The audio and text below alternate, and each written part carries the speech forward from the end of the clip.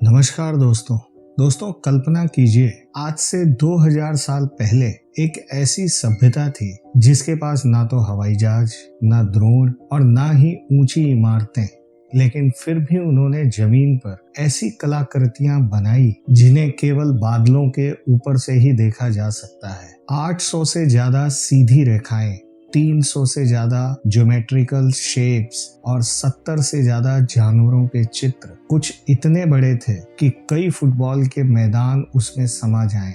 सवाल ये नहीं है कि उन्होंने ये कैसे बनाया, सवाल ये है कि उन्होंने ये किसके लिए बनाया। जब नाजका के लोग खुद अपनी आंखों से इन आकृतियों को पूरा कभी नहीं देख सकते थे, वो रेगिस्तान की तपती धूप में पत्थर क्यों हटा रहे थे? क्या वो ऊपर बैठे किसी भगवान को संदेश दे रहे थे? क्या वो ब्रह्मांड के नक्शे बना रहे थे?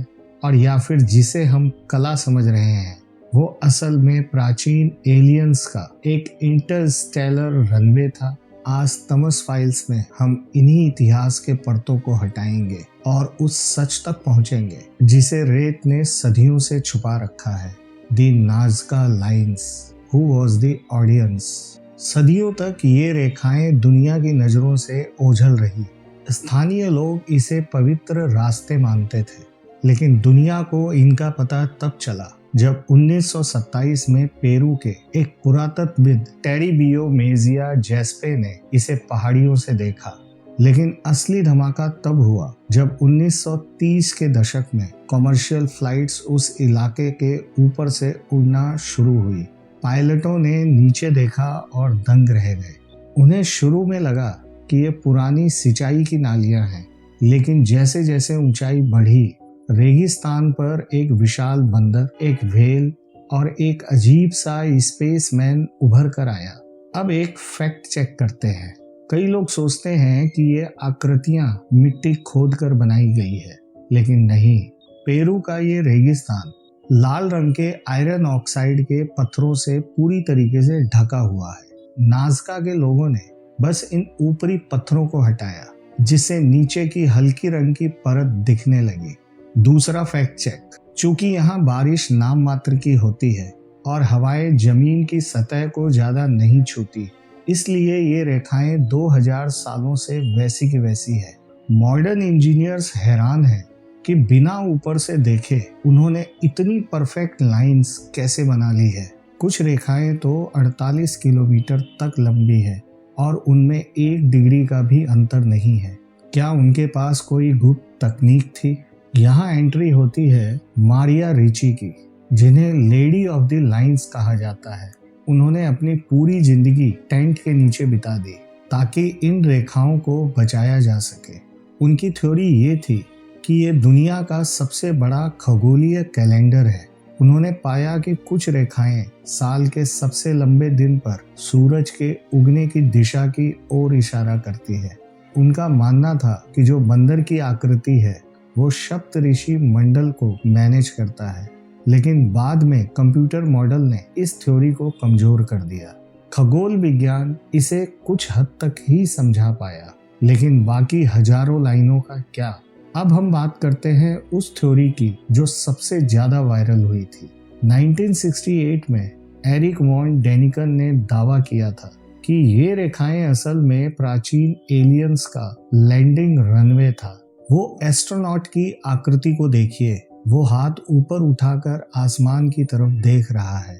क्या वो किसी का स्वागत कर रहा है? वैज्ञानिक इस थ्योरी को पूरी तरीके से नकारते हैं क्योंकि वहां की मिट्टी बहुत ही नरम है। कोई भी भारी यान वहां उतरते ही धंस जाएगा। लेकिन क्या ये भी मुमकिन है कि ये रनवे उनके उतरने के लिए नहीं, बल्कि हमें ये बताने के लिए था कि हम यहाँ आए थे? हालिया रिसर्च एक डार्क और लॉजिकल थ्योरी की ओर इशारा करती है। नाजका दुनिया की सबसे सूखी जगहों में से एक है। यहाँ का पानी सोने से भी कीमती था। जियोलॉजिस्ट को इन रेखाओं के आसपास टूटे बर्तन मिले।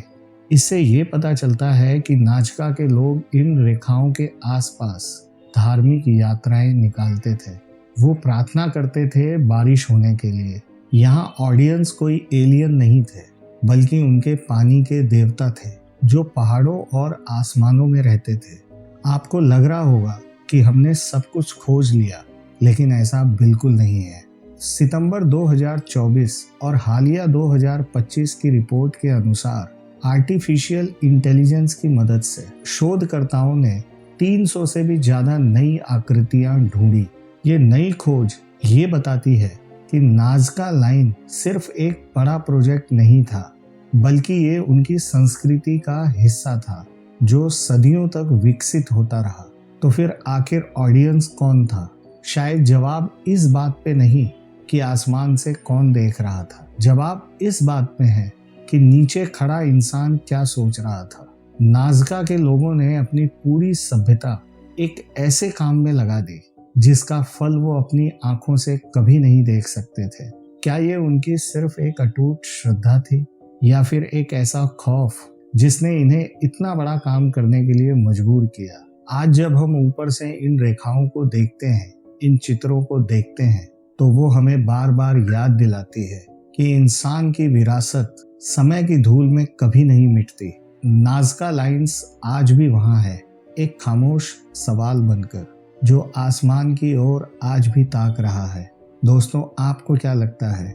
क्या ये बस एक एलियंस का संकेत था, या सिर्फ प्यासे लोगों की पुकार? कमेंट्स में अपनी राय जरूर दीजिएगा दोस्तों।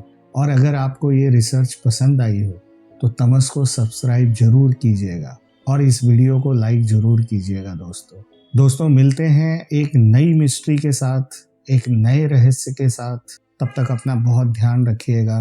नमस्कार।